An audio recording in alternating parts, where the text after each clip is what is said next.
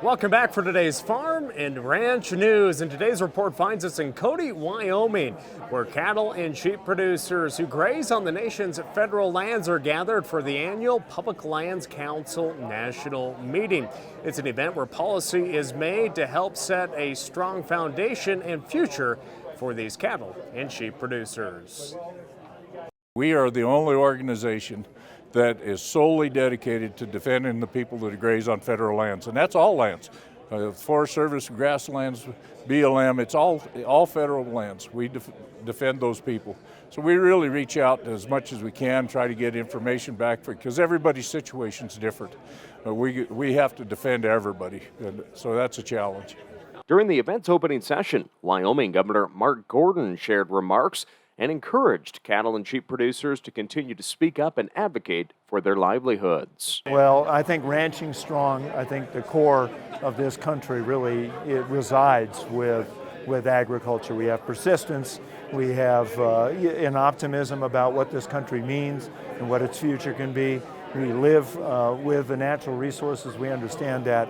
And I think right now, when there's just a lot of uncertainty at the federal level about what's happening, where management is going, and some of the ideas there, it is so important that people be engaged, that they really understand what the issues are that are affecting our federal lands.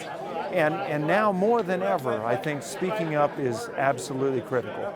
Rawlins, Wyoming rancher and president of PLC, Nels Hansen, says their policy book is the foundation of their organization, and it helps their staff in Washington, D.C. advocate and educate decision makers of the many values livestock grazing contributes to the nation's natural resources and to the public. We're looking at the 30 by 30 America the Beautiful. We're looking at all the rewrites and all the regulations, WOTUS, ESA, the whole 9 yards. We got committee meetings coming up here in a day or so where people will really be honing in on those subjects and refining and defining our policies on those different issues.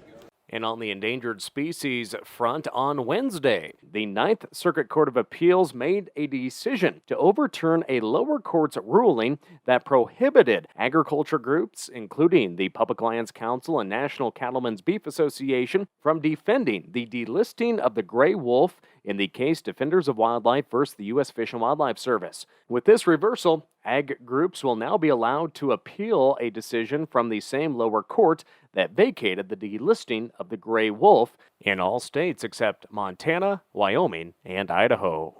And the reason we wanted to do that was because the current plaintiffs, Safari Club and the NRA, we felt did not fully capture these specific and unique aspects of this issue that impact agriculture. Obviously, there's a heavy sportsman element there, there's a heavy recreation element there, rural communities writ large, but we really felt it was extremely important as this case moves through federal court to have that agricultural perspective included. So we filed a motion to become interveners on the case. That was approved, finally, yesterday. So we are now officially involved in that case and will be able to operate as, sort of full participants rather than operating through side avenues such as an amicus brief.